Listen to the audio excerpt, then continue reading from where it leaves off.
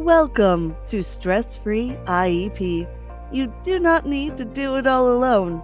With your host, Frances Shefter, Principal of Shefter Law. She streams the show live on Facebook on the last Tuesday of every month at noon Eastern. Get more details and catch prior episodes at www.shefterlaw.com. The Stress-Free IEP video podcast is also posted on YouTube and LinkedIn. And you can listen to episodes through Apple Podcasts, Spotify, Google Podcasts, Stitcher, and more. Now, here's the host of Stress-Free IEP, Frances Shefter. Good afternoon, everyone. I have some questions for you today. Are you stressed out because you cannot keep all of the special education records organized in a great way?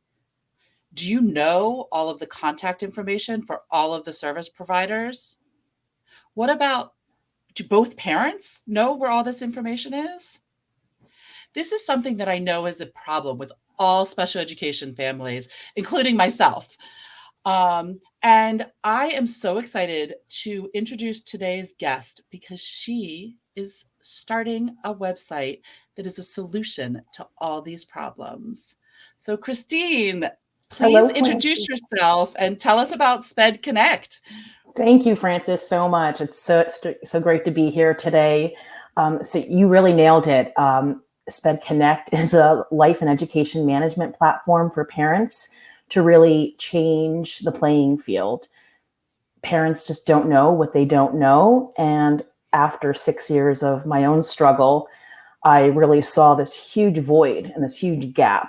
And really kind of looking at it from both sides, from districts, the costs that it ends up costing them, to the parents, right? The time that their child loses. And I just wanted to change that for parents. So I built SpEd Connect.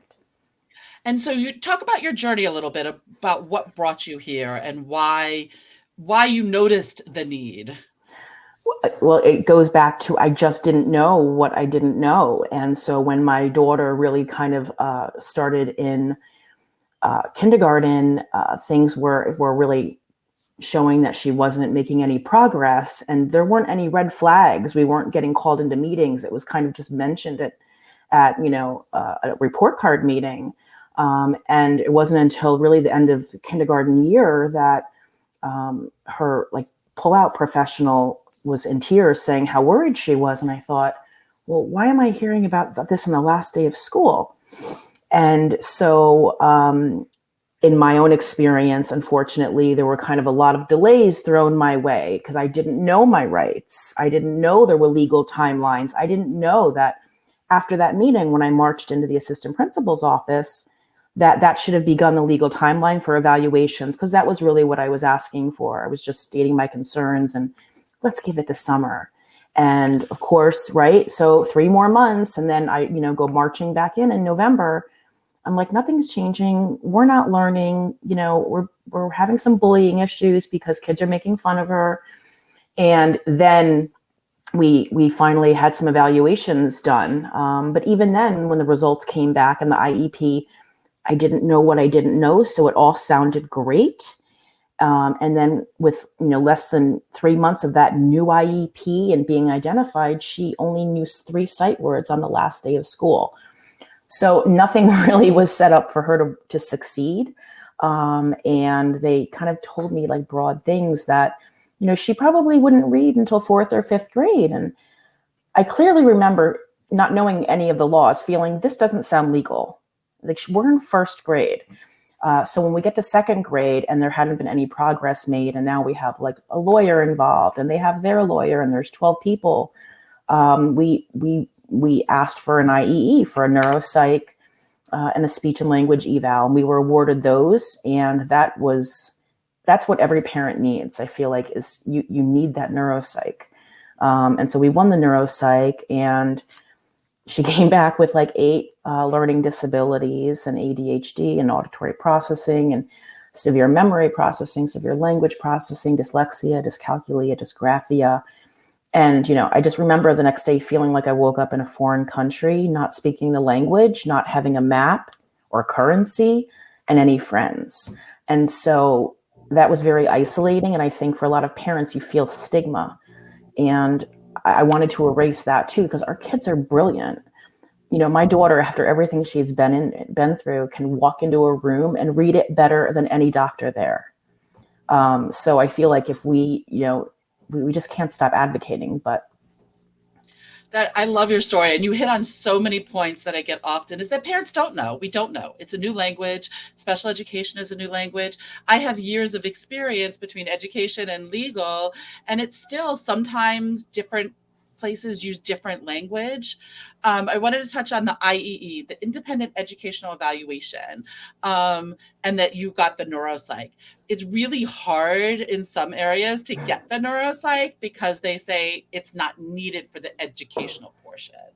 But I know what a lot of people don't know is if you ask the school for an IEE because they either wouldn't evaluate or you don't agree with the evaluation, you don't think it was valid, and you ask the school for an IEE, they have two options. They can either give you the IEE or they can file for due process against you to say their evaluation stands.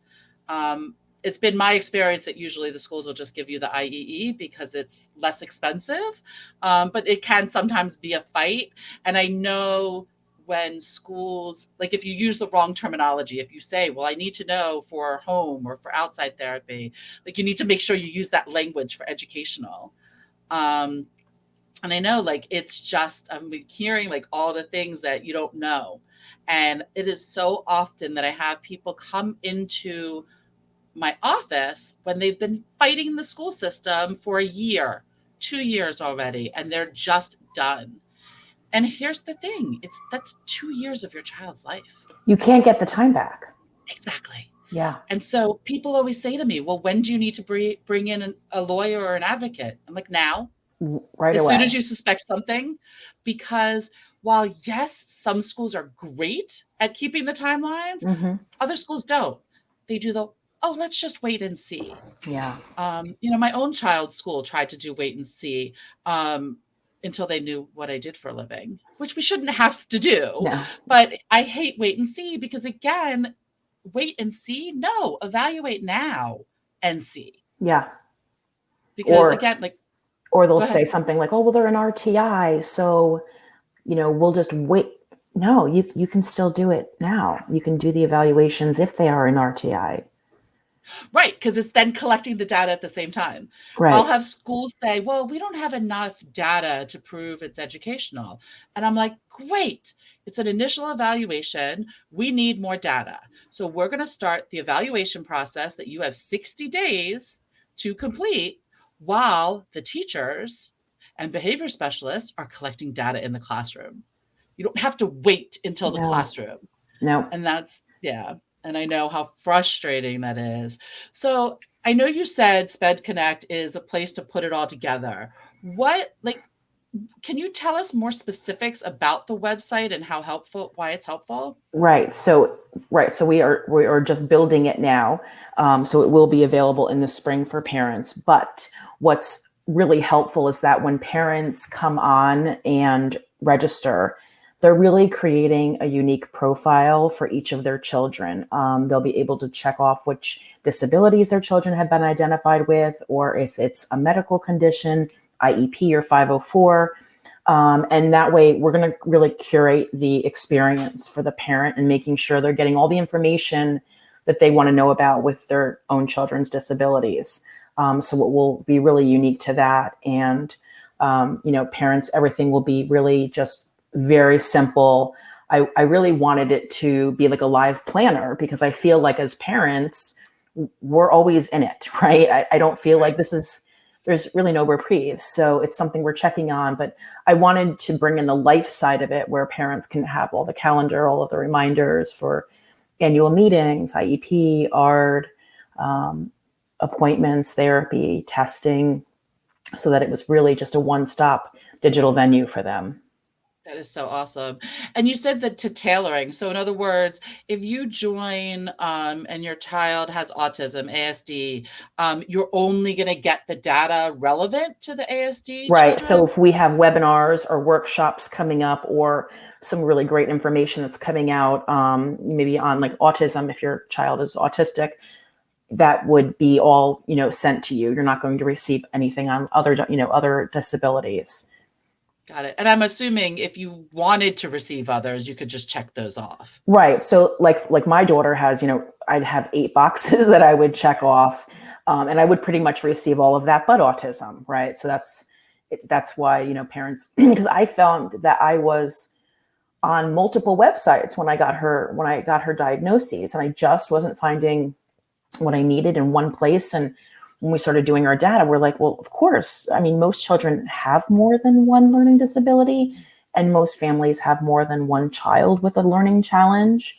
So I wanted it to be really seamless for parents, so they have everything in one spot and manage, both the education and life for all of their children. Yeah, that is so wonderful. And I love that because like all of the documents there, all of the service providers are there, your calendar is there. I mean, I know for me, like having 10 windows open and bouncing around and remembering everything, my brain just goes bonkers. Yeah.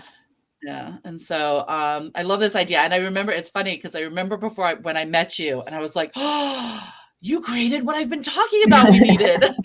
Like I was so excited Yeah. because I have said for the last couple of years, I need to figure out an online system that clients can store all their data, that we can have access to also, and they can have access even if they're not continuing to be clients, whatever the situation is, just to organize the data. Right. And think of how I really thought about the providers too, because I thought about, when you hire a new advocate or a new attorney, you're literally bringing in bins of paperwork. I might have 2 bins in my basement, just for my one daughter.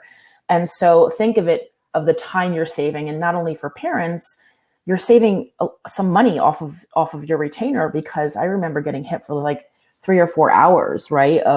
Because it was a mess after having so many people look at it and they're looking for different things, that it was like, trying to find a needle in the haystack. And so for providers, giving you just the key to their file cabinet is going to be able to expedite, hopefully, what you're doing for children and getting things moving a lot quicker.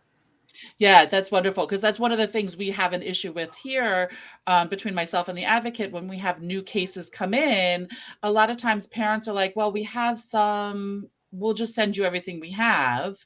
And then we're having to request more from the school. And a lot of times schools are hesitant, or they, technically they have 45 days to respond, which isn't great.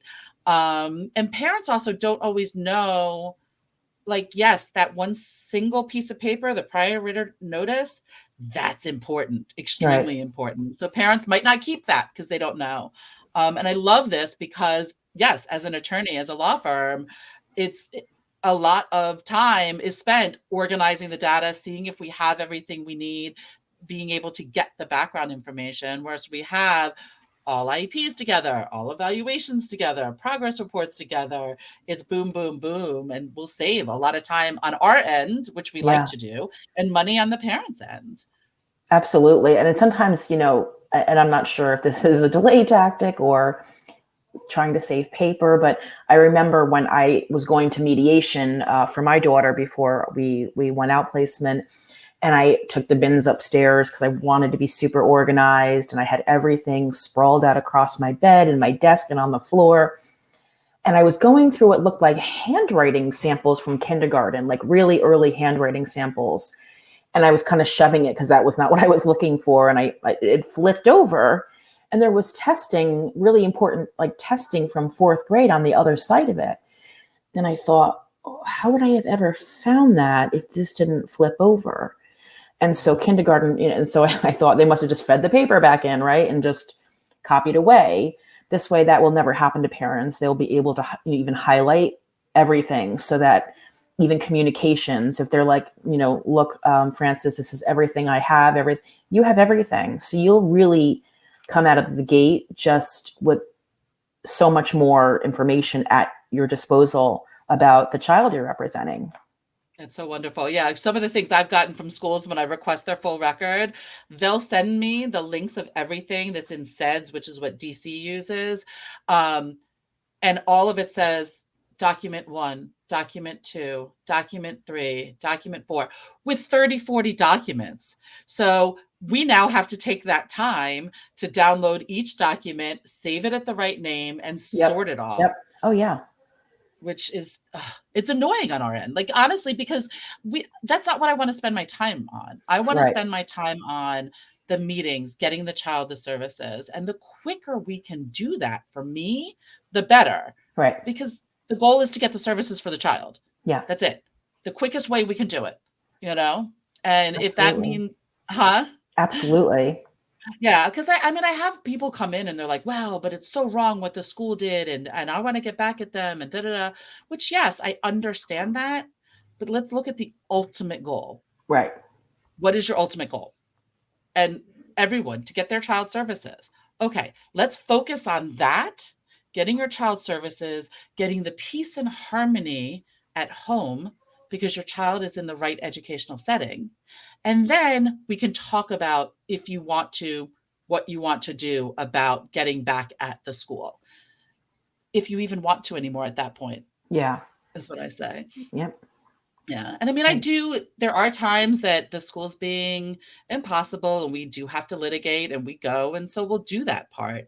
But I'm thinking I'm just thinking for a due process case, like you have everything easy. So when I'm doing my 5-day disclosures, it's all right there. And I can just boom, boom, boom, boom, boom, and not have to think it through as much, or not have to sort through the boxes of documents.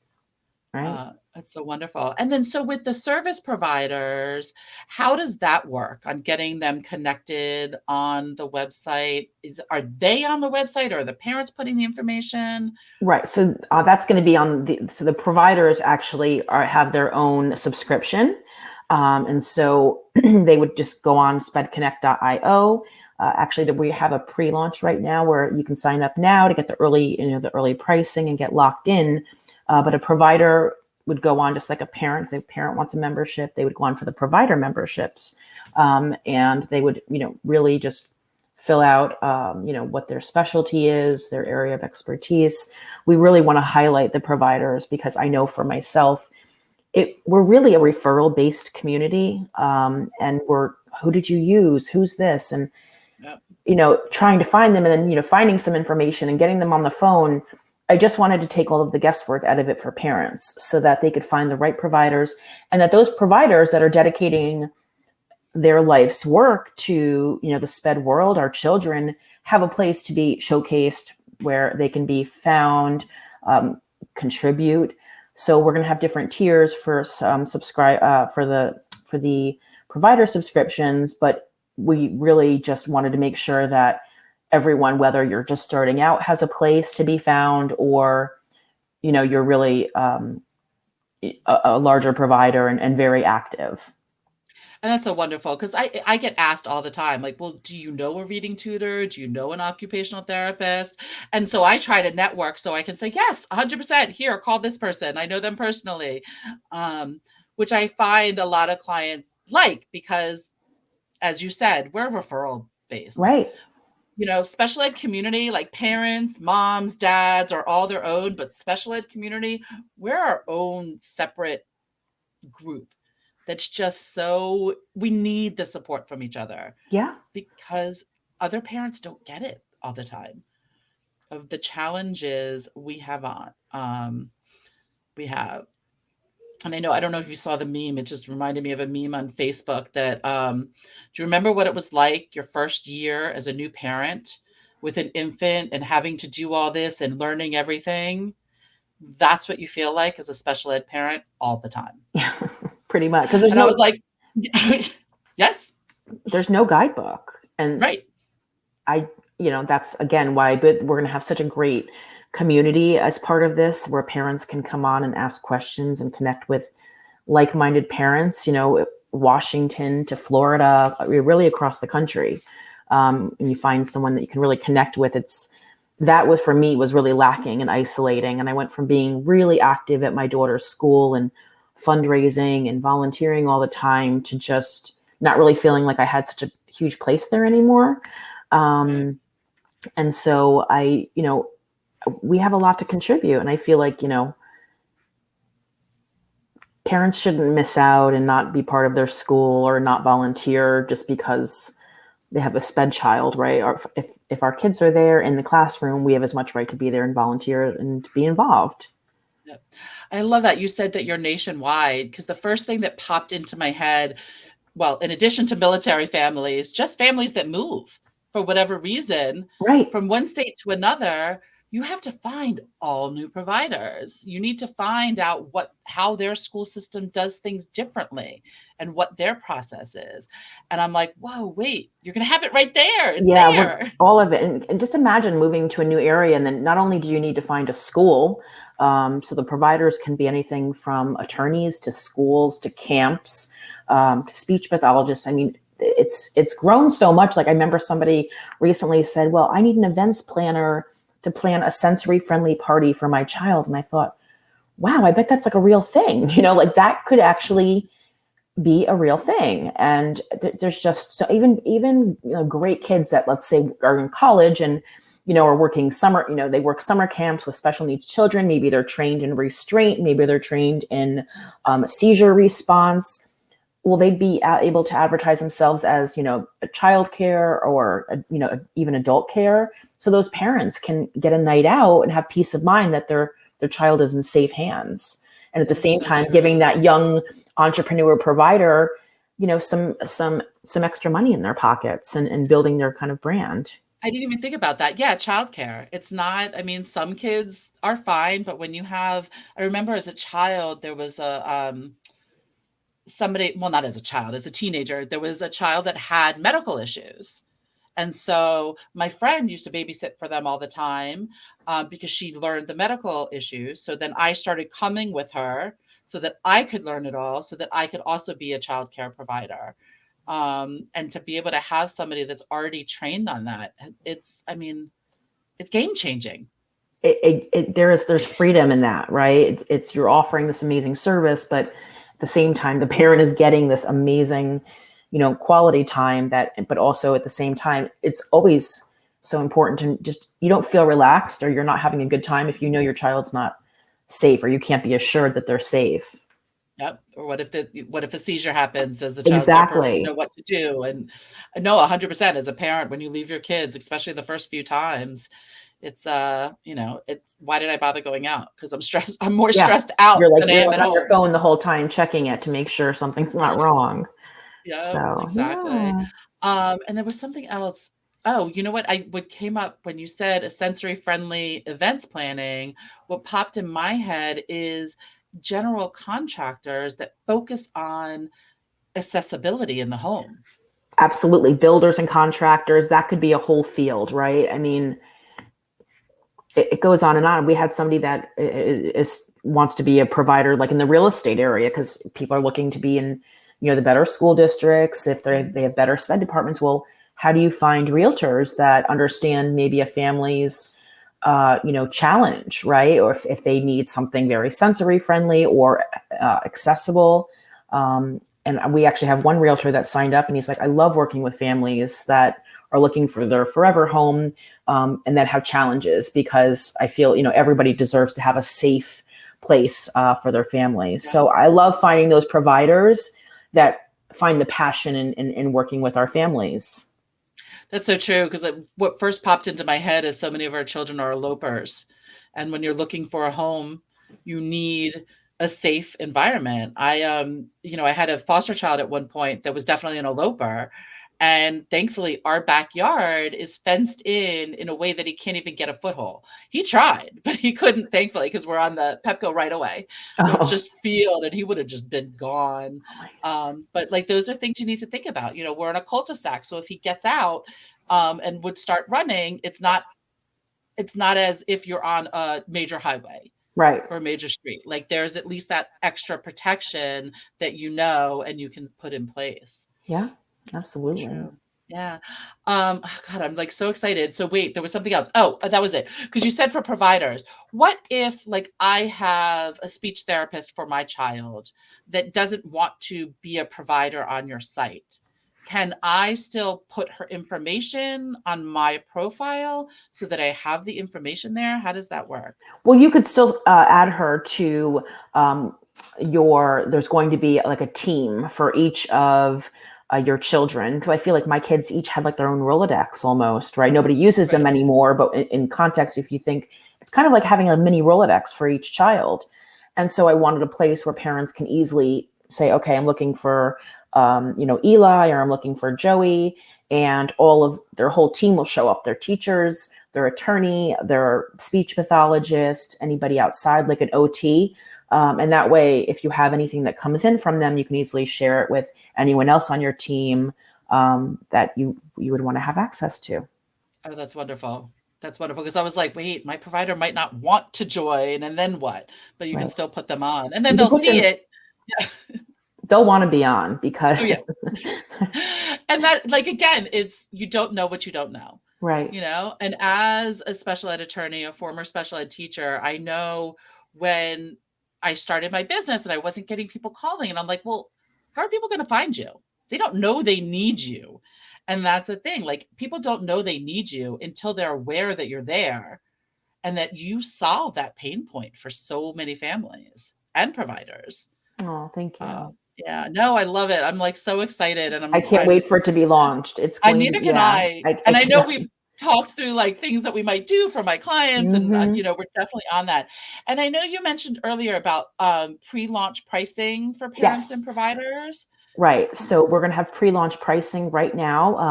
We're going to leave it up for until we launch. I think maybe for 2 months. And right now, so a parent can sign up for $49.99. That they'll be guaranteed that price this year and the next year. So for 2 years, $100 to have everything managed in one place, your community, finding all the providers, and just so much more. There's going to be just so much great information. We're going to have so many great webinars and kind of thought leaders, and not just experts, right? Other people who are really kind of influencers, so to speak, in the area, because there's so much, information that parents don't know, and to connect with them when they have a following to help get, more information out to them is really, really super important. That is so awesome, because the other thing that popped into my head is support groups, parent support groups, especially when you have a diagnosis that isn't as common. Right. So to find other families, it's not like you're going to go up to, every parent. Does your kid have this? Does your kid have that? And now that never happens. There. Yeah. That almost never happens, And so even when you go to a private school, I remember trying to kind of connect with, one of the parents that had her over, and it was kind of like, well, what have we have this, what have you got? So we always, and it wasn't really, some families just like to, yes, we are at a special needs school, but we're not talking about, and I think it's just, they've felt shame, and I'm like, there's no shame in it. Our kids are amazing. Yeah. It's, I go through that a lot of like, cause I'll say that my child has an IEP for speech. And I'm like, should I be saying that? That's her information, but it's true. And it's part of it. And I don't want it to be shame. I don't want it to be something you have to hide. Guess what? Your brain works differently. There's nothing wrong with that. Especially our ASD kids, because that's a whole nother episode that we could do on the fact that their brains work differently. And ADHD too. I'm learning so much more than it just being like hyperactive. It's really about how the brain works. Like one side says go and the other one is saying no way. I've been seeing so much more about that. And it's, both of my children have actually been diagnosed with ADHD and attentive type. And I feel like I'm constantly learning, and I want to share that with other parents, because, we're not, headbutting the wall, because we're trying to understand why there's all of these other things that came along with it, not realizing, like anxiety, right? And then agoraphobia, all of these things that can morph from ADHD, like not being identified. And especially with girls really seem to mask it. I think, I don't want to say better, but they just seem to mask it, because I asked my daughter, I said, why do you think we didn't diagnose you? This is my older daughter, until, 16. And she said, because I went back and looked at her report cards, and some of the teachers, like at the end of the year, would be like, Brenna has more energy than anyone in the class. And I'm like, shouldn't you have known? right? Like, shouldn't you have known this kid who's so anyway, it's just, there's kind of just so much information and just how, ADHD, it's just, Right. it's, And so here's the thing. Case in point, everybody says ADHD, attention deficit hyperactivity disorder. Guess what? There's also ADD, right. attention deficit disorder, that you don't have the hyperactivity. So these are your kids that are staring out at the window, and you don't realize they're completely zoned out. And what I always say is that children are not behavior issues. Not that that's all teachers look at, but for a teacher that has 25, 30 kids in their classroom, some with IEPs, some with 504, some in the general, population, trying to manage all that, the child that's bouncing off the wall gets more attention. Right. And just think of how hard it is for teachers to be able to collect all of that. They're supposed to be collecting data constantly, right? Child find is when they're supposed to be screening, when they're not teaching. They can actually really even have something that they can get back to parents if they are collecting data, and some parents might ask for weekly logs. Yep. That can be shared with them just so easily. Oh, that's nice. Yeah. Right. And I'm thinking along the lines is that the teachers can also connect with the service providers, maybe, because sometimes if there's an outside service provider, they can help with the data collection. Like, yes, it's the school's responsibility, but I was a teacher for 7 years in the classroom. I get it. They're overworked and underpaid already. And then to actually have to keep, collect all the special ed data, while we know how important it is, it can be difficult. Yeah. And I get that. And so you said for the parents, what about for providers? Do you have any specials going on? Yes. So right now we are going to have, it's $200. You get the first year and the second year locked in at that price. Mm-hmm. And so we have that for providers as well. And it's about 77% off what we're going to be charging. So it's huge savings, especially if you're even a new provider starting out and really are going to want to have your name kind of out there and get to engage with the community, which is really great, because it's great to get information from parents. And there's all so many fragmented, forums.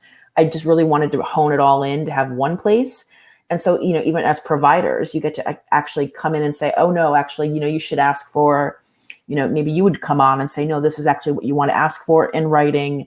And not only are you serving your community, right, but you're also vetting yourself. You're showing parents that, you have the info, you know what you're talking about. Yeah. And it helps build that trust. $200 a year is, for providers is next to nothing. Next to nothing.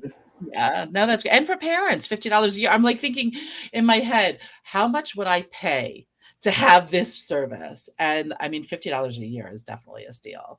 For the first 2 years, it's almost unheard of. But I wanted to offer something to parents to say, hey, we're doing this for you. We'd love for you to sign up now. Help us complete the build along, with the providers as well. And I just wanted to bring it back to them to see if, parents wanted to, providers just really help our cause. That's so wonderful. And that pricing tells it's in your heart. This is what you're doing. You're yes, it's a business, but you're really trying to provide a service to the community. You mentioned it's going to be nationwide. Are you going to be able to say you only work in Maryland or you work nationwide? We are going to be working, we are going to launch this nationwide. We also wanted to make sure that all of the expats, right, the military children that are on IEPs, that they have access to this as well. And what's, really great is that, of course, when I was building this, I'm like, we can bring this globally because there's other countries, right, that have similar special education. And I was sharing this with an advocate, and she's from Australia originally. And she's like, are you thinking about bringing this global? And I said, yeah. And she said, Australia would love this too. And so that's really my goal, is to every country that has a special education systems, that we can keep rolling this out, one country at a time. Oh, that's wonderful. And then I know you said you're a lot of people, you like being a resource. So do you have any shout outs to people or guests that you think should be on my show? Oh, yes. Let's see. I love Dr. Hassan Minhas. He is a Yale director, but he's specialized in autism and ADHD. He's got 2 offices, one in Stamford, Connecticut, I think one in Middletown. He runs a great treatment program for children with challenges. He's amazing. He just was awarded 40 under 40 in Connecticut last year. He's been a huge help to my family and many families that I've referred him to. And Dr. Robert Kruger in Westport, Connecticut, he is a phenomenal neuropsych and really fights. I mean, he's the one, after 2 years in the process, that really said, no, this is what her IEP needs to look like. And it looks mostly like outplacement is going to be giving her a faith-free and appropriate public education. And so they were really instrumental in helping, really opening my eyes to what needed to be done. Yeah. Great. That's awesome. And I say, like, for our listeners, if you think of a topic that you want to hear about or a guest that you want on our show, please reach out. I know Christine and I were talking about bullying because that's such a big thing with our special ed kids. And that is going to be a topic we're going to address in the future on parents' rights and what are your child's rights on that. So thank you so much, Christine, for being on the show. This was wonderful. I'm so excited. Can't wait till you launch. Thank you, Frances. Thank you, listeners. You've been listening to Stress-Free IEP with your host, Frances Shefter. Remember, you do not need to do it all alone. You can reach Frances through shefterlaw.com, where prior episodes are also posted. Thank you for your positive reviews, comments, and sharing the show with others through YouTube, LinkedIn, Apple Podcasts, Spotify, Google Podcasts, Stitcher, and more.